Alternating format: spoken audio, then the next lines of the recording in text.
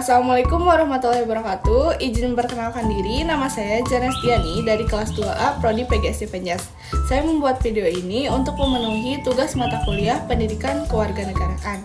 Dalam video ini, saya akan mempresentasikan mengenai demokrasi Indonesia yang mencakup tentang pengertian demokrasi, sejarah demokrasi, bentuk pelaksanaannya, serta tantangan dan harapan untuk kedepannya. Ayo kita cek. Demokrasi ini berasal dari bahasa Yunani, yaitu demos yang artinya rakyat dan kratos yang artinya kekuasaan. Maka, demokrasi adalah sistem pemerintahan yang memberikan kekuasaan penuh kepada rakyat. Seperti di Indonesia, demokrasi dikenal dengan adanya sila keempat dalam Pancasila yang berbunyi kerakyatan yang dipimpin oleh hikmat kebijaksanaan dalam permusyawaratan perwakilan. Selanjutnya kita masuk ke sejarah demokrasi, di mana demokrasi dimulai pada tahun 1945. Demokrasi yang pertama adalah pada tahun 1945 sampai 1959 yang dikenal dengan demokrasi parlementer. Lalu yang kedua ada pada tahun 1959 sampai 1965 yang dikenal dengan demokrasi terpimpin yang dipimpin sendiri oleh Bapak Presiden Soekarno.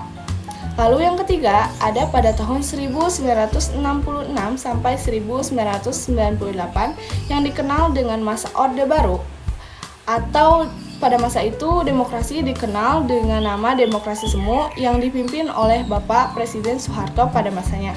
Lalu yang terakhir ada pada tahun 1998 sampai sekarang, atau lebih dikenal dengan masa reformasi yang ditandai dengan era demokrasi yang lebih terbuka.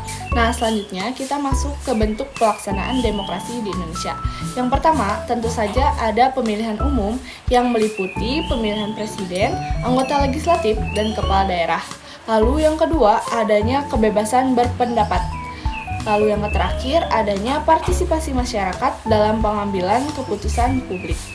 Nah, sekarang kita masuk ke tantangan demokrasi di Indonesia. Tentu saja, tantangan yang pertama adanya politik uang atau praktik korupsi yang masih marak di Indonesia. Lalu yang kedua, ada polarisasi atau perbedaan pendapat akibat adanya perbedaan politik dan agama. Lalu yang terakhir, kurangnya pendidikan politik bagi masyarakat di Indonesia. Nah, selanjutnya ada harapan ke depan untuk demokrasi di Indonesia. Yang pertama, adanya pemilu yang jujur dan adil. Lalu yang kedua, pendidikan politik yang merata di seluruh Indonesia. Lalu yang terakhir, pemerintahan yang transparan dan akuntabel. Mungkin cukup sekian presentasi dari saya. Mohon maaf bila masih ada kekurangan atau salah kata. Wabillahi taufiq wal hidayah. Wassalamualaikum warahmatullahi wabarakatuh.